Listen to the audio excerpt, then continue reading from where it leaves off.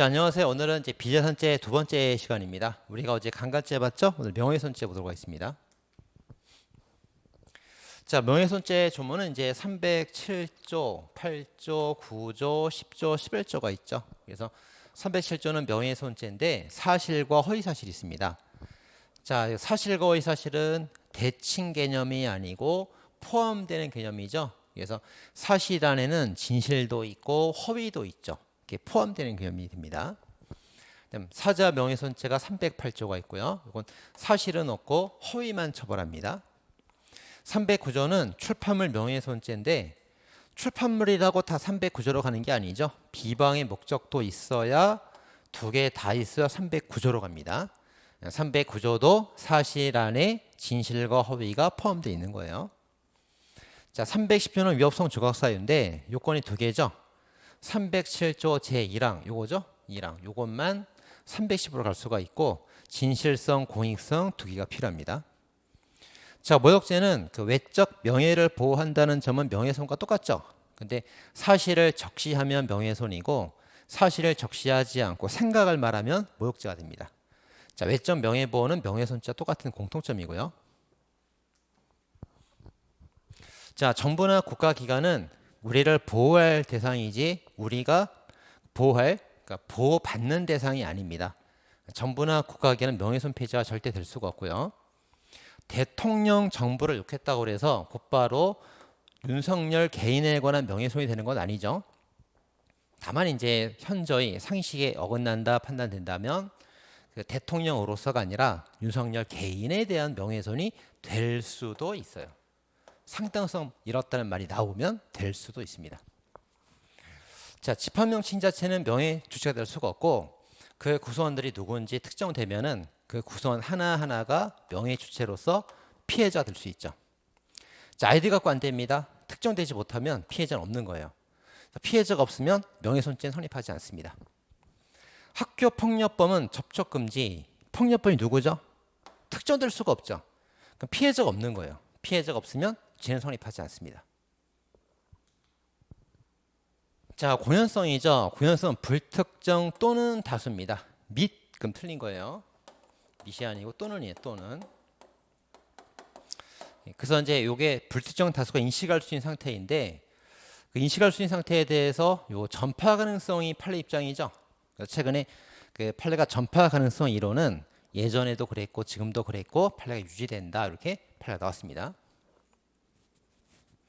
자, 따라서 불특정 또는 다수가 일면식 없는 사람, 친분 없는 사람은 그 불특정한 사람들이에요. 불특정한 사람들이고 193, 70 이런 다수인이죠. 그래서 불특정 또는 다수. 그리고 갑이 이제 한 명한테 말을 했는데 얘가 많은 사람에게 퍼뜨릴 가능성이 있으면 전파 가능성 인정해서 제가 될 수 있단 말이에요. 그런 사람들이 누가 있습니까? 뭐 이웃 사람, 동네 사람 이런 사람들이 있고요.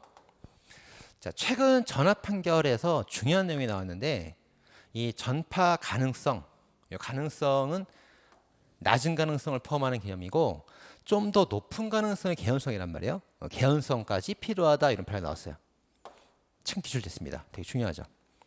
자, 비공개 대화방에서 말을 했어도 방을 나가면 전파될 여지가 있다 이렇게 말했고요. 자, 팩스로 전송하는 것도 퍼져나갈 가능성이 인정될 수 있겠죠. 자, 근데 친한 사람한테 말했을 때에는 전파 가능성이 부정됩니다.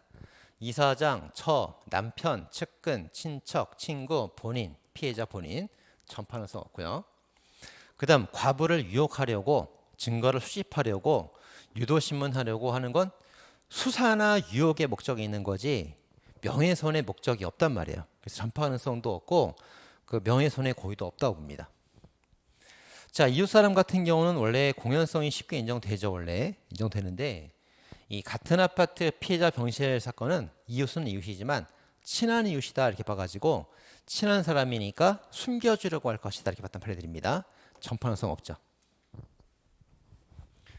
자, 갑이 보통 사람한테 말하면 이 사람이 퍼뜨릴 가능성만으로도 기소가 돼요. 근데 이 사람이 기자일 때에는 기자한테 말했어도 기소가 되지 못하고 이 기자가 신문에 보도를 해야만 기소가 된다고 봅니다. 보도 안 하면 무죄가 돼버리죠. 그래서 이런 판례가 어디 있냐 비판을 많이 받고 있죠. 자, 사실의 적시. 사실은 증명할 수 있어야 됩니다. 과거에 벌어진 일, 현재 벌어지고 있는 실제 사건. 증거를 댈 수 있으면 사실이고 증거를 못 대면 생각이 되는 거예요. 사실을 말하면 명예훼손이고 생각을 말하면 모욕죄가 됩니다. 자, 그런데 원래 장래일 같은 거는 현재 입증할 수가 없죠. 사실이 아닙니다. 근데 그 말 속에 뼈가 있어. 현재 사실을 기초로 하고 있다면 거기에 명예훼손의 사유역시가 될 수도 있어요. 영장사건 판례가 있죠. 자, 차고. 자, 307조 1항에 사실이 있고 2항에 허위가 있으면 사실이 허위를 포함한다고 그랬죠. 그래서 이 사람이 이제 허위를 적시했으면, 자, 이 사람의 인식과 실제가 있는데 허위인 줄 알고 허위면 307조 2항이 된단 말이에요. 근데 허위를 적시했어도 허위라는 거 모르고 진실인 줄 알았더라면 307조 2항이 아니라 1항 되는 거죠. 1항이 됩니다. 그런 말 써 있고요. 뭐 간접 우회적 표현도 사실이 될 수 있다. 구체성을 띄워야 된다. 그 다음에 전체적 취지로 판단한다.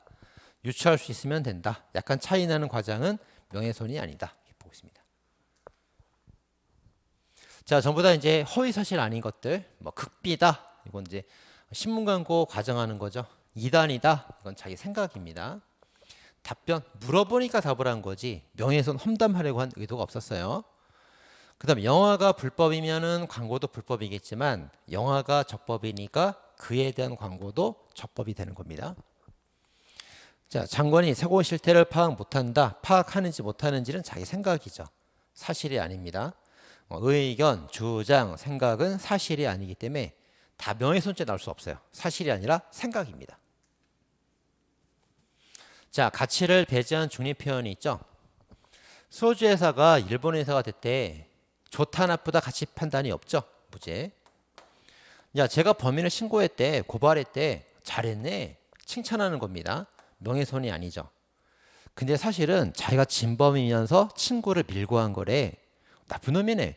그렇게 이제 신고 고발의 동기나 경위가 들어가게 되면 나쁜 놈 되는 거예요. 험담될 수가 있는 거죠. 자, 물어보니까 답을 한 거지 명예훼손을 하려고 했던 게 아닙니다. 물어보니까 답을 한 거란 말이에요. 그럴 때 명예훼손이 성립하지 않죠. 자, 광우병 판례가 있습니다. 자, 그 장관이 미국 쇠고기 광우병 수를 수입했습니다. 이렇게 언론에 보도했죠. 그럴 때 정부나 국가기관은 명예훼손의 피해자가 될 수가 없다.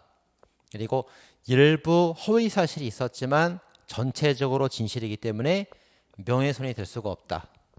또 하나, 쇠고기를 수입하는 사람들의 수입업자 업무방해죄가 될 여지가 있는데 이것도 고의가 없었다. 그래서 명예훼손도 성립하지 않고 업무방해죄도 성립하지 않았습니다. 되게 중요한 판례죠. 이것도 최근 출제가 됐어요. 자, 명예훼손죄 종료 시기는 그 신문 등 매체에 글을 딱 쓰면은 기소화됨과 동시에 종료가 돼버립니다. 종료가 돼버려요. 그래서 신문을 회수하지 않는다고 계속되는 게 아니죠. 신문을 게시하면 딱 종료가 끝나버린단 말이에요. 그걸 회수하지 않아도 이미 끝난 겁니다. 범죄는. 이거 끝난 시기예요. 자, 이렇게 해서 이해를 마치도록 하겠습니다. 자, 명예훼손죄는 중요하니까 꼭 정리 잘 하시기 바랍니다.